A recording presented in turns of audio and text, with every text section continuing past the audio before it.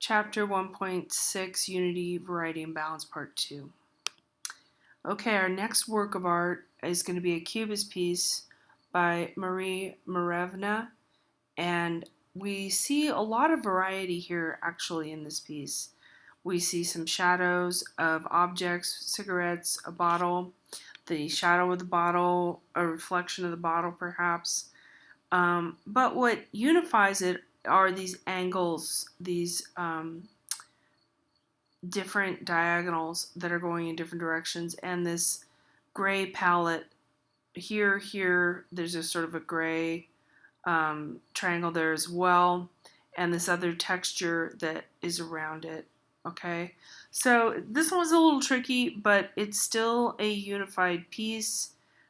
She has flat areas of color and pattern, and she's recreating a scene from a variety of angles.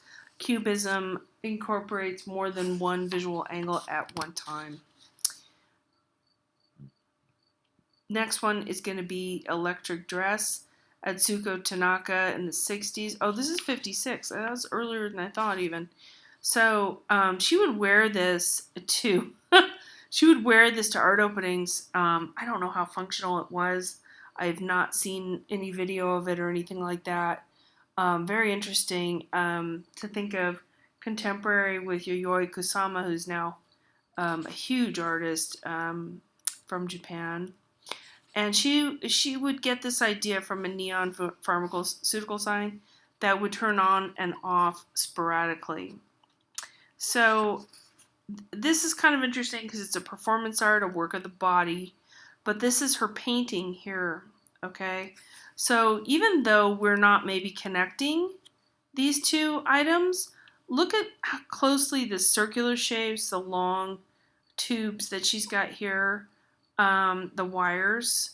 And if we look at this piece, we really do see some similarities. And for her, she has some unity. She feels that there's conceptual unity here. That this work, the sporadic lights on and off, were very similar both compositionally, visually, and with her ideas about artwork. And perhaps she liked this sort of on and off, not explosive, I wouldn't say, but sort of bursting different colors at different times. This kind of reminds me of fireworks a little bit, if that makes sense, very fleeting. So there's more information on her, very interesting person, Romare Bearden. Now, Romare Bearden is very famous for these collages, and they're all quite similar in that there's like a heavy-duty background of like collage cement sidewalk here, collaged brick buildings. Sometimes he's got a really beautiful one out of trains and then people in the foreground. But he took a lot of cutout images of people that would look like people in his community, and he built them up in these beautiful ways. In this way, our shape, our implied shape, is a triangle here of her toes. And a lot of times with an implied triangle or implied shape, the animal or arm or motion is pointing in that direction. So see how the dove points to the cat points to the feet.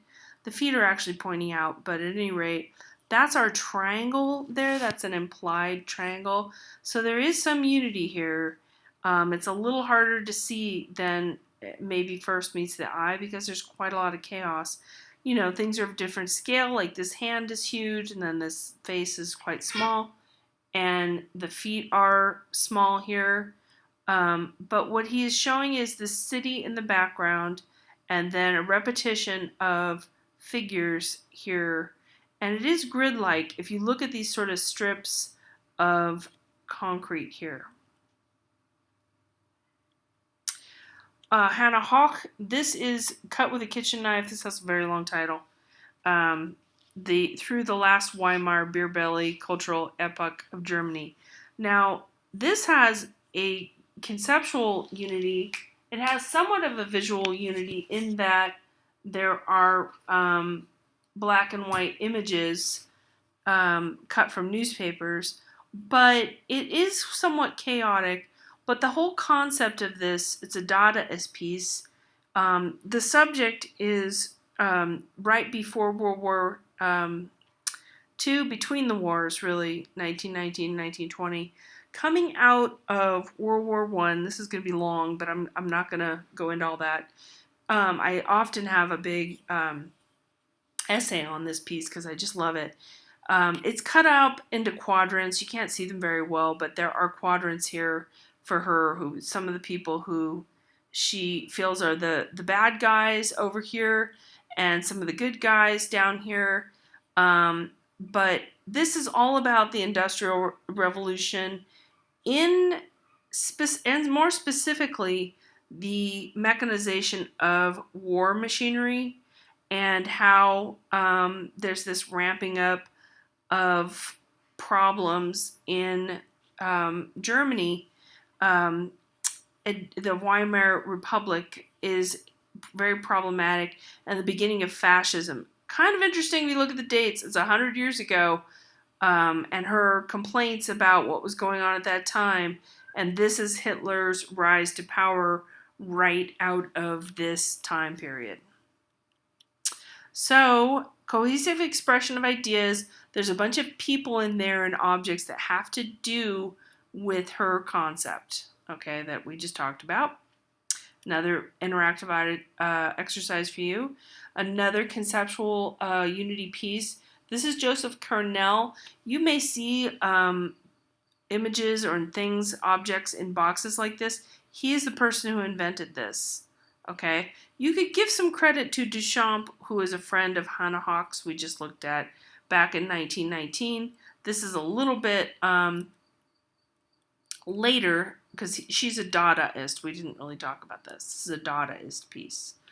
And Duchamp is one of the main people who started Dadaism. So this is a little bit later, 20 years later, and he is making this piece. Now, a lot of these, the work in here doesn't have visual unity per se, but one of the things is it's contained in a three-dimensional space.